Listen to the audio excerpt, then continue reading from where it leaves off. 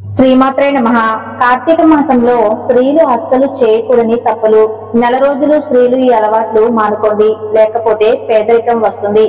కార్తీక మాసంలో స్త్రీలు ఈ యొక్క అలవాట్లు పాటిస్తే పేదరికం వస్తుంది. స్త్రీలు చేసే ఎటువంటి తప్పుల వలన ఇల్లు సర్వనాశనం అవుతుందో ఇప్పుడు ఈ వీడియోలో మనం తెలుసుకుందాం. ముందుగా అందరూ ఓం నమః శివాయ అని కామెంట్ చేసి ఒక చిన్న లైక్ చేయండి. మన ఇంట్లో ఆడవాళ్ళు ఏ పనులు చేయటం వల్ల ఆ ఇల్లు ఉన్నతి అనేది జరుగుతుంది, ఆ ఇల్లు ధనవంతుల్లో ఒక కుటుంబం అవుతుంది. స్త్రీలు ఎటువంటి పనులు చేయటం వలన భర్త తొందరగా కోటీశ్వరుడు అవుతాడు. ఎటువంటి పనులైనా సరే స్త్రీల యొక్క ఎటువంటి అలవాట్లు కోటీశ్వరుడుగా ఉన్న తన భర్తని రాత్రికి రాత్రి రోడ్ల మీదకు తీసుకువస్తాయి. దానితో పాటుగా స్త్రీలు ఇంట్లో చేసే చిన్న చిన్న తప్పులు పేదరికం అనుభవించేలా చేస్తాయో అలానే ఇంటి యొక్క సుఖ సమృద్ధులు అనేవి ఆ ఇంటి స్త్రీ పైన ఆధారపడి ఉంటాయి అని మన శాస్త్రాలు చెప్తున్నాయి. ప్రాచీన కాలం నుండి కూడా ఇంటికి కోడల్ని లక్ష్మీ స్వరూపంగా చెప్పారు. పెద్దలు ఎప్పటి నుంచో చెబుతున్న విషయం ఏమిటంటే, స్త్రీ ఇంటిని కావాలంటే స్వర్గంగా మార్చగలదు, లేదంటే అదే స్త్రీ ఆ ఇంటిని నరకంగా కూడా మార్చగలదు. ఏ స్త్రీ అయితే ఇంట్లో పనులు అన్నిటినీ చూసుకుంటుందో, అలాగే ఇంట్లో వాళ్ళందరినీ కూడా బాధ్యతాయుతంగా చూసుకుంటుందో ఆ ఇంట్లో లక్ష్మీదేవి ఎప్పుడూ కూడా స్థిరంగా ఉంటుందని మన పురాణాల్లో చెప్పబడింది. కానీ కొన్ని పనులు మాత్రం స్త్రీలు అస్సలు చేయకూడదు. అటువంటి పనులు స్త్రీలు చేయటం వలన ఇల్లు నరకంగా మారుతుంది. ఇది మనం చెప్పుకుంటున్న విషయాలు కాదు, మన శాస్త్రాలలో పురాణాలలో చెప్పబడినవి.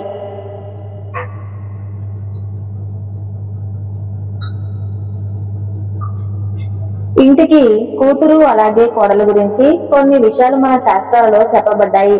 కాబట్టి వాటి ఆధారంగానే సంతోషంగా ఉన్న కుటుంబం నరకమయం అవుతుంది.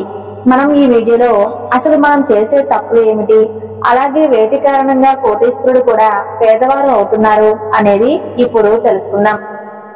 స్త్రీలు జుట్టు పొడవుగా ఉండటం అనేది చాలా చాలా శుభకరమైన విషయం. కానీ స్త్రీలు జుట్టును ఎప్పుడూ కూడా నడుము కన్నా కింది భాగం వరకు అలా వదిలేయకూడదు. మీకు జుట్టు పొడవుగా ఉన్నప్పటికీ కూడాను జుట్టుని మడత పెట్టి నడుము పై భాగం వరకే ఉండే విధంగా మీరు జాగ్రత్తలు తీసుకోవాలి. మీ జుట్టును ఎప్పుడూ కూడా నడుము కన్నా కింది భాగం కన్నా వదిలేయకూడదు. నడుము కన్నా కొంచెం పై భాగం వరకే మీ జుట్టును ఉంచుకోవాలి. అలా వదిలేసినట్లయితే ఆ ఇంట్లో దౌర్భాగ్యాన్ని అనుభవించవలసిన పరిస్థితులు వస్తాయి. మన శాస్త్రాల్లో పురాణాల్లో ఇదంతా కూడా అశుభంగానే చెప్పబడింది. స్త్రీలు ఎప్పుడూ కూడా తమ జుట్టును విరబూసుకుని ఉండకూడదు. పూజ చేసేటప్పుడు కూడా జడ వేసుకుని చేయాలి. జుట్టును ఎప్పుడూ కూడా జడలా అల్లి ఉంచుకోవాలి. నీళ్లు కారుతున్న జుట్టుతో ఎప్పుడూ పూజలు చేయకూడదు. అలా అని ఇంట్లో తిరగకూడదు. ఇలా చేస్తే మీ భర్త పేదరికం అనుభవిస్తాడు.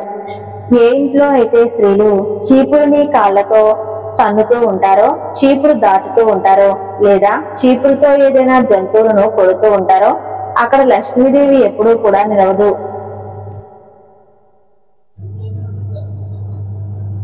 అటువంటి ఇంట్లో ఎప్పుడూ కూడా అనారోగ్యాలు వస్తూ ఉంటాయి.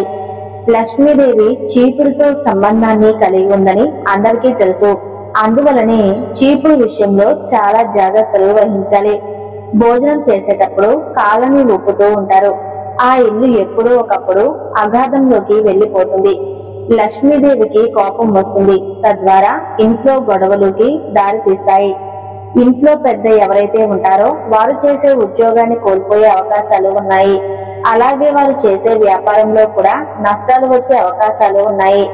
స్త్రీలు వంట చేసేటప్పుడు పొయ్యి మీద ఎప్పుడూ కూడా ఎంగిలి పాత్రను అలానే వదిలేసి వంట చేయకూడదు. చాలా మంది వండిన ఆహారం అందులో అయిపోయినప్పటికీ కూడా ఆ పాత్రలను అలానే గ్యాస్ స్టవ్ మీద వదిలేస్తూ ఉంటారు. ఇక దానితో పాటు రాత్రి సమయంలో ఖాళీ అయిపోయిన ఆహార పాత్రలను కూడా గ్యాస్ స్టవ్ మీద వదిలేయటం లేదా వంటగదిలోనే అలా వదిలేస్తూ ఉంటారు. అలాంటి తప్పును మీరు ఎప్పటికీ చేయకూడదు. అలా చేసినట్లయితే లక్ష్మీదేవి ఆ ఇంట్లోనికి అడుగు పెట్టదు. మీ పేదరికానికి, దుఃఖానికి మరియు దరిద్రానికి అవే కారణమవుతాయి. అందువల్ల రాత్రి సమయంలో ఎంగిలి పాత్రలను గ్యాస్ స్టవ్ మీద కానీ, షింకులో కానీ, వంటగదిలో కానీ అలానే వదిలేయకండి. ఆ పాత్రను తిన్న తర్వాత వెంటనే శుభ్రం చేసుకోవటం చాలా చాలా మంచిది.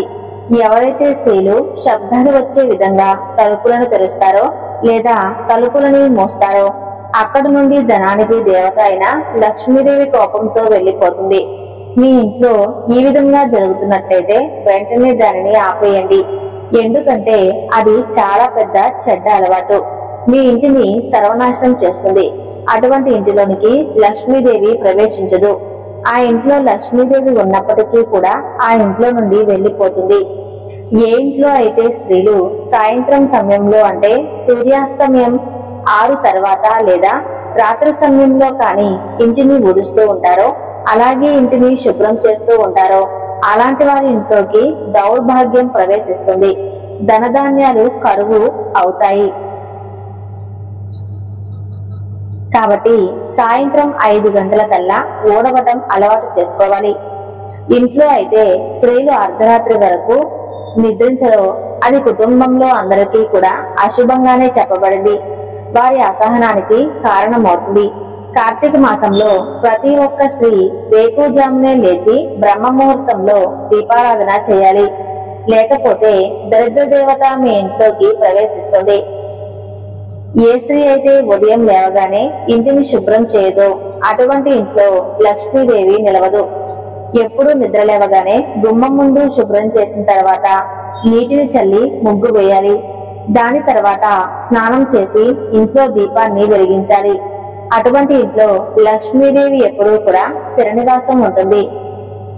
స్త్రీలు అపశబ్దాలు మాట్లాడటం కానీ, గట్టిగా మాట్లాడటం కానీ చేసినట్లయితే అది కుటుంబానికి శాపంలాగా మారుతుంది.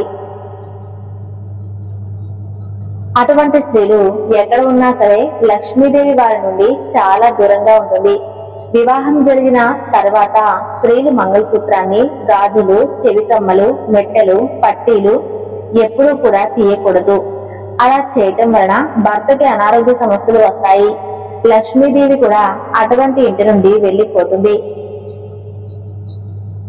స్త్రీలు భోజనాన్ని వండేటప్పుడు ఉప్పు చూడటం కోసం వండిన వంటలు రుచి చూస్తూ ఉంటారు. అలా ఎప్పుడూ చేయకండి. ఎందుకంటే భోజనంలో కొంత భాగం భగవంతుడికి నైవేద్యంగా పెట్టాలి. అందువలన ఎంగిలి భోజనాన్ని ఎప్పుడూ కూడా భగవంతుడికి నైవేద్యంగా పెట్టకూడదు. వండిన ఏ ఆహారమైనా ముందుగా అగ్నిదేవునికి సమర్పించాలి. సమర్పించకుండా మనం తినకూడదు. మహిళలు తొందరగా నిద్రపోవాలి. ఉదయాన్నే తొందరగా నిద్ర లేవాలి. ఎవరైతే స్త్రీలు నిద్రపోవడానికి ఎక్కువగా సమయాన్ని కేటాయిస్తూ ఉంటారో అక్కడ రాహుకేతువులు ఇంకా శనిగ్రహాల యొక్క దృష్టి పడుతుంది. ఎన్నో ఆర్థిక ఇబ్బందులు పడవలసి వస్తుంది. ఎవరైతే స్త్రీలు మొత్తం సమయం అంతా కూడా నిద్రపోవడానికి ఉపయోగిస్తూ ఉంటారో వారి పైన దేవీ దేవతలు కూడా కోపాన్ని చూపిస్తారు. అందువలన ఒక నియమానుసారంగా మాత్రమే నిద్రించాలి. ఎక్కువగా నిద్రపోవడం అనేది ధనహాని ఇంకా అనారోగ్య సమస్యలను కొని తెచ్చుకున్నట్లు అవుతుంది. రాత్రి నిద్రపోవడానికి మంచం మీదకు వెళ్లిన తర్వాత నకారాత్మకమైన విషయాలు అస్సలు మాట్లాడుకోకూడదు. మీరు చెడ్డ మాటలు మాట్లాడటం వలన ఆ నకారాత్మక శక్తులు అనేవి ఆకర్షింపబడతాయి. అవే మీ కలలోకి వచ్చి మిమ్మల్ని ఇబ్బంది పెడతాయి. నిద్రించే ముందు ఎప్పుడూ కూడా మనసులో మంచి ఆలోచనలతో నిద్రపోవాలి. దాని వలన మనకి అనుకున్న పనులు పూర్తయి మంచి ఫలితాలు అనేవి లభిస్తాయి.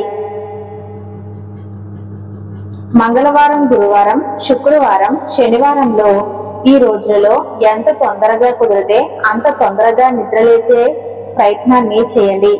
ఎందుకంటే శాస్త్రాల్లో చెప్పబడిన ఆధారంగా ఈ రోజులలో ఆలస్యంగా లేచే వారి పైన సమస్త దోషాల ప్రభావం చూపిస్తాయట. అందువలన ఈ రోజుల్లో మీరు చాలా తొందరగా నిద్ర లేవాలి. ఎవరైతే స్త్రీలు దక్షిణము లేదా తూర్పు వైపునకు తల ఉంచి నిద్రపోతారో అలాంటి వారి కుటుంబం అంతా కూడా ధనధాన్యాలతో నిండి ఉంటుంది. ఆ ఇంట్లోనికి అష్టైశ్వర్యాలు మరియు సుఖ సంతోషాలు సమృద్ధిగా వస్తాయి.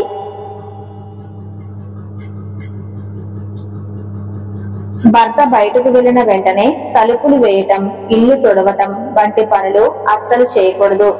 పాచిముఖంతో పొయ్యి వెలిగించి వంట వండడం, వంటింటిని శుభ్రం చేయకుండా నిద్రించడం ఇలాంటివి అస్సలు చేయకూడదు. పాచిముఖంతో పొయ్యి వెలిగించి వంట వండటం, వంటింటిని శుభ్రం చేయకుండా నిద్రించడం వంటివి చేయకూడదు. తలకిందులుగా బట్టలు మడత పెట్టడం వంటివి చేయకూడదు. భర్త పని మీద బయటకు వెళ్తున్నప్పుడు భార్య కోపం తెచ్చుకోవటం లేదా వాదించడం వంటివి చేయకూడదు. ఇంట్లోని వారి మీద చీటికి మాటికి అరవడం, కోపగించుకోవటం, కన్నీరు పెట్టుకోవడం వంటివి అస్సలు చేయకూడదు. అలాగే భర్త బయటకు వెళ్తున్నప్పుడు చేతులకి గాజులు, నుదుటికి బొట్టు లేకుండా భర్తను సాగనంపడం అస్సలు చేయకూడదు. భర్త బయటకు వెళ్ళగానే బియ్యం, ఉప్పు, చింతపండు, పసుపు మరియు పంచదార లాంటివి అప్పు ఇవ్వడం లేదా అడగడం అస్సలు చేయకూడదు. ఈ కార్తీక మాసంలో ఇలాంటి తప్పులు అస్సలు చేయకండి. చేస్తే మీరు ఆర్థిక ఇబ్బందులు పడవలసి వస్తుంది. ఈ వీడియో మీకు నచ్చినట్లయితే తప్పకుండా లైక్ చేసి ఛానల్ ను సబ్స్క్రైబ్ చేయండి. ధన్యవాదాలు.